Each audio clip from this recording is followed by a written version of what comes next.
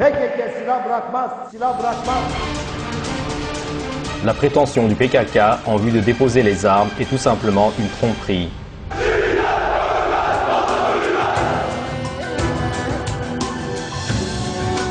Toprağa şehit verdim, gururluyum. Benim bir oğlum daha var, o da şehit olsun. Bir torunum daha var, daha şehit olsun. Ben de şehit olmak istiyorum. Allahu Ekber, Allahu Ekber. Ordumuz olsun daim muzaffer. Depuis 1984, le PKK martyrise nos soldats et les autres citoyens, et ce, en faisant aucune exception pour les femmes et les enfants. Dans les plus de 80 000 attaques terroristes qu'il a commises jusqu'à ce jour, cela a coûté la vie à plus de 40 000 de nos concitoyens. 24 asker şehit oldu, 18 asker de yaralandı.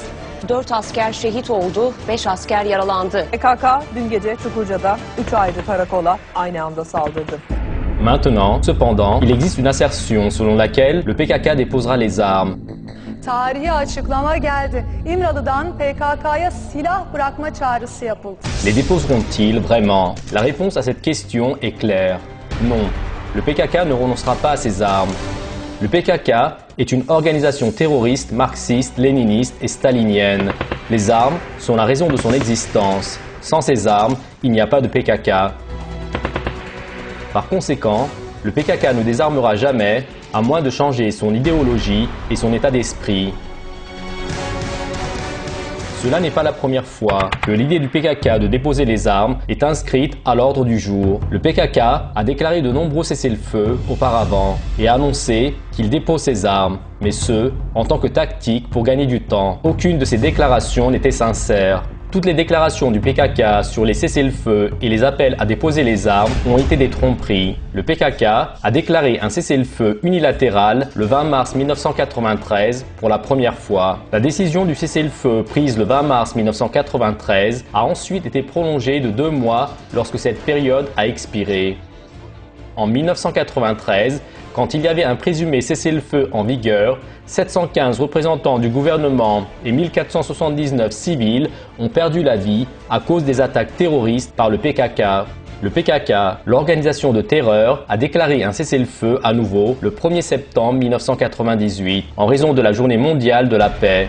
La période du présumé cessez-le-feu en 1998 était le temps où quelques 500 citoyens ont été martyrisés. Öcalan a fait appel au PKK depuis l'île de la prison d'Imrali afin de déposer les armes le 1er septembre 1999. Beaucoup de gens se sont réjouis et ont pensé que le PKK a finalement déposé les armes. En juin 2004, cependant, le PKK a repris ses attaques armées sous prétexte que leurs demandes n'ont pas été respectées. En vérité, le PKK n'a pas du tout déposé les armes. Selon le chiffre officiel, le nombre de personnes martyrisées dans les années 1999-2004, lorsque les armes avaient prétendument été déposées, était 604. Le PKK, l'organisation de terreur, a déclaré son 5e cessez-le-feu le 1er octobre 2006. Mais rapidement, il l'a abandonné à nouveau sous le prétexte que les opérations militaires se poursuivaient toujours. Le 13 avril 2009, le KCK a annoncé qu'il a décidé encore une fois de mettre en œuvre un cessez-le-feu sur la base de la légitime défense. Depuis ce cessez-le-feu, déclaré en 2009, il a perpétré d'innombrables attentats terroristes avec 134 personnes tuées au cours de ce soi-disant cessez-le-feu.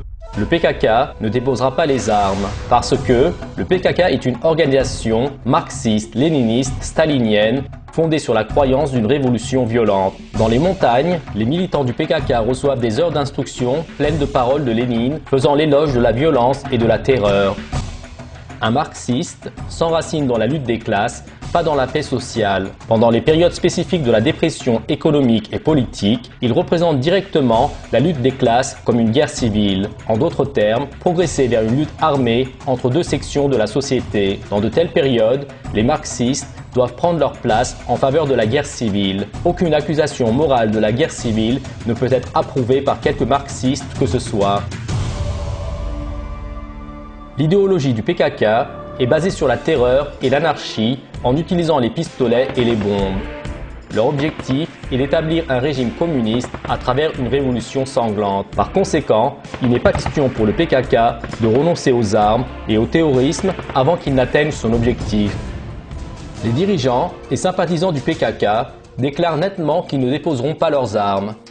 Sabri Hok, un chef du KCK à Kandil. Il ne peut pas y avoir de désarmement aussi longtemps que les raisons de notre présence ici continuent à s'appliquer et ce serait défier la réalité de notre existence. Il n'est absolument pas question pour notre mouvement de considérer un désarmement et que nos forces armées se retirent ailleurs. Discuter le désarmement dans ces conditions représente le manque de respect à la volonté des Kurdes. Il ne peut y avoir aucune discussion sur ces choses jusqu'à ce que notre leader Öcalan soit libre et parle avec le mouvement de guérilla en personne. La guérilla ne déposera jamais ses armes. Le membre du conseil exécutif du KCK, Duran Kalkan, nous considérons l'appel demandant à la guérilla de déposer ses armes comme étant absurde et manquant de sérieux. Nous ne souhaitons même pas en discuter. Le mouvement de guérilla ne déposera pas ses armes. Türkiye toplumunu yanlış bilgilendirme olmamalı.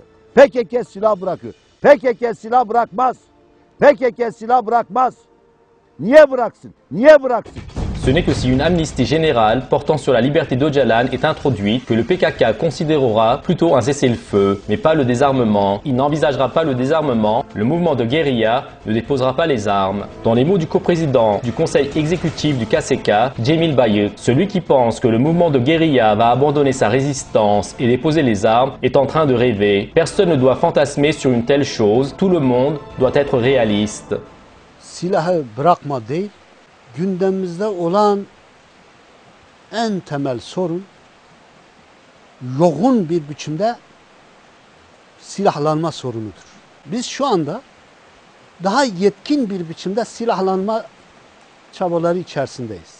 Le PKK ne déposera pas ses armes parce que le PKK a obtenu des résultats jusqu'à présent grâce à la force des armes et après cela, il envisagera le fait d'obtenir de nouveaux résultats par la force des armes. Comme le PKK est une force qui survit à l'aide d'armes, personne ne le prend au sérieux sans les armes. Le PKK perdrait toute sa force après qu'il ait déposé les armes. C'est la force des armes qui permet au PKK de survivre. Le PKK est une organisation qui rassemble les partisans par la violence, par l'intimidation et par la peur. Donc, le PKK ne désarmera jamais. Il est complètement faux de perdre du temps en disant « le PKK renoncera à l'usage des armes » malgré tous ces faits explicites. Le désarmement ne peut que se réaliser par un changement mental. Tant que l'idéologie du PKK reste inchangée, tout ce qui va changer est le type des armes utilisées. Même si le PKK dépose aujourd'hui son armement vieux et démodé, ce serait très facile pour eux d'obtenir demain les modèles les plus récents dans les marchés aux armes, en Irak, en Syrie ou de leurs partisans dans la région. Il est donc très faux d'imaginer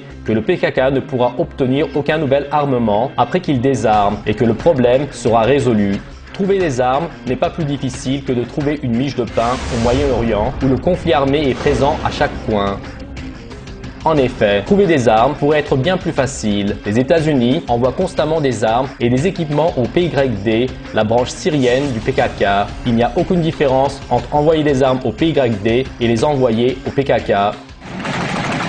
Amerika'nın PYD ile görüşmesinin ardından silah yardımı geldi. Beyaz Saray havadan ulaştırdı o silahları. Amerikan Hava Kuvvetleri'ne ait 3 C-130 kargo uçağı 24 tonluk silah ve mühimmat attı havadan. Les stratégies fondées sur la confiance en la parole du PKK sont très dangereuses. Une manière désarmée, pacifique, démocratique, conciliante et négociée de régler des affaires n'a aucune place dans les croyances du PKK. Pourtant, le PKK utilise de temps en temps ces concepts comme une tactique pour gagner du temps et de la force et pour saisir les avantages. Pendant tout ce temps-là, il complète sa restructuration logistique et corrige les défauts et les faiblesses pour finalement ressurgir encore plus fort qu'avant. N'oubliez pas que l'objectif du PKK est de construire un État communiste. Il n'est pas question de désarmement tant qu'il soutient cette idéologie. Le PKK déposera les armes seulement quand il déposera les armes dans son esprit. En d'autres termes, il peut honnêtement déposer les armes s'il renonce à son idéologie marxiste-léniniste, stalinienne, en voyant le caractère erroné et non scientifique de son idéologie. Et cela ne peut se réaliser que par la connaissance, les idées et l'éducation, et non par la lutte armée avec laquelle il est devenu si familier au fil des ans.